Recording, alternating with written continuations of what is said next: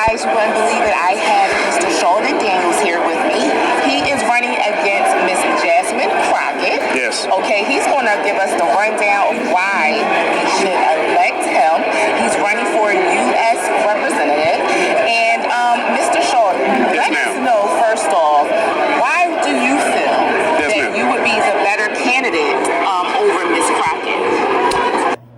Okay, y'all, let me stop there right there before we get into it. I want to thank y'all for stopping by here again with me, T, at Popcorn and Pajama Girl Talk to watching me react to this video. Listen, y'all, this video might be a few weeks late, but this is Sholdon Daniels. He's running against Jasmine Crockett in District 30 in Texas, in Dallas, Texas. Come on, Texas, put Sholdon in. Now, listen, y'all know I'm not a fan of Jasmine Crockett at all. It is absolutely no surprise to anybody that I am not a fan of Jasmine Crockett. Sholdon, we're going to do everything we can to get you in office, because y'all got to remember, whoever we put in office don't just affect their district. They're going to affect American people, because they're going to help pass bills and laws that's going to help all of Americans.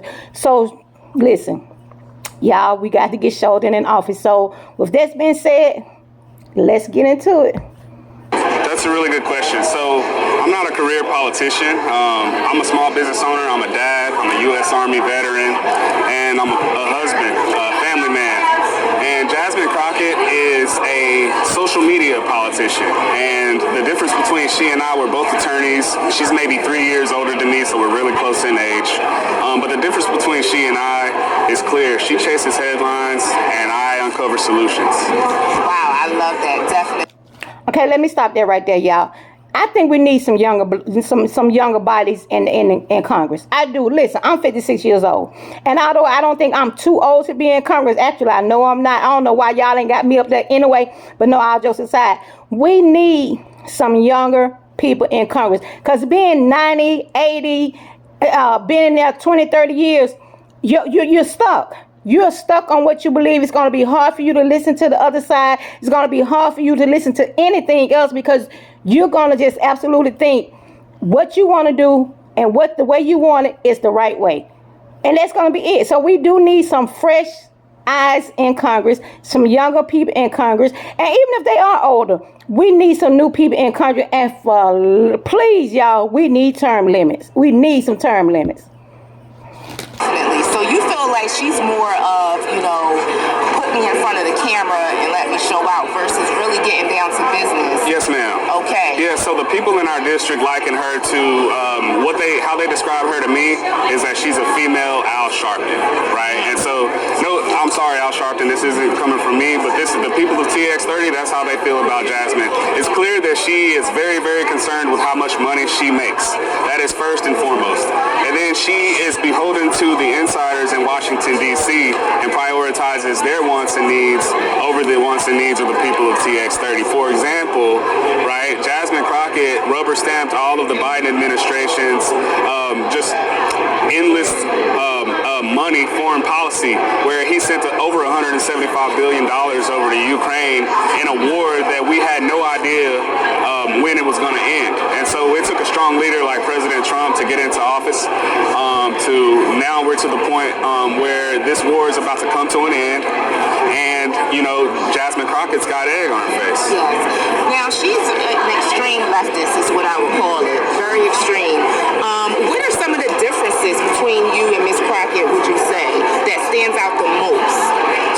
And what do you also disagree with? So Jasmine Crockett is all performative politics, and what I mean by that is you get no real effective policy that's going to make your life any better.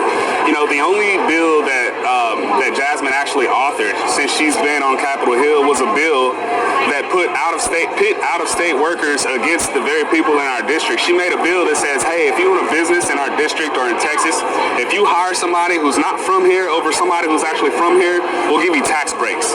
That is so not common sense, and that is so harmful to the hardworking people of TX30. Hardworking working families and small businesses are the backbone of our district, and she just does not represent them at all. And that's the difference between she and I. Another difference is, I'm a family man. I have a daughter. I have another daughter on the way, and I care about protecting them. I care about their future. When she was given an opportunity to vote on a bill that would have kept biological males out of young girls' locker rooms and bathrooms, she voted against it. When she was given an opportunity to deport convicted murderers, rapists, and child abusers who also came here illegally, she voted against that too.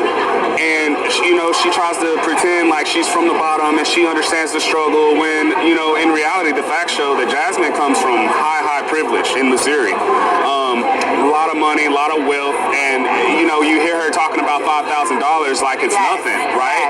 That, for someone to be that insensitive to the struggle, 17% of the people in our district live beneath the poverty line, which is higher than the national average of 12.5%.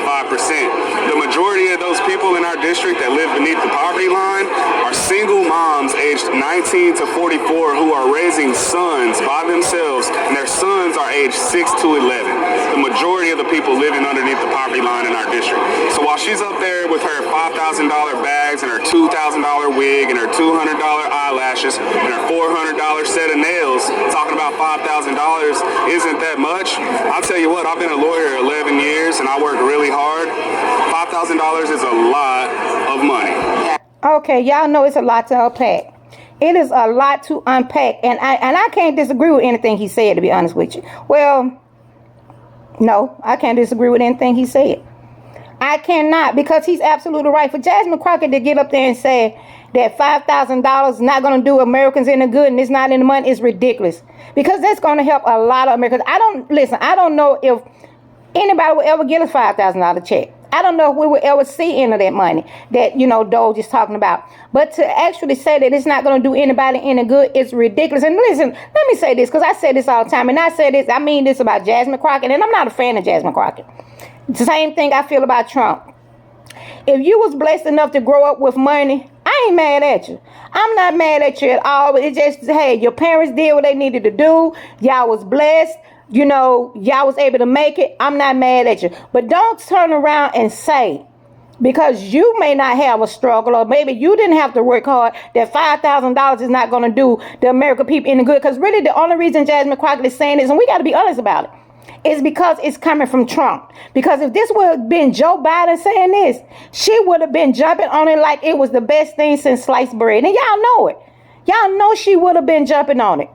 So let's be for real about it. And then when he's talking about the poverty level in Dallas, Texas, why wouldn't you try to pass some bills that's going to help American citizens and help the people in your district instead of fighting against everything? Because it's definitely not always about Republican and Democrat. Really, it's not about Republican and Democrats. It's about American citizens, and anybody who don't have American citizens first, who don't have Americans first, don't need to be in office. And for Jasmine Crockett to sit up there and say that $5,000 is not going to do anything, it's ridiculous. Y'all, we got to get Sholdon Daniels in office. Texas, listen, I need y'all to put him in office. I really do. Yes. And also, I do want to touch on, she speaks on white supremacy a lot. Yeah.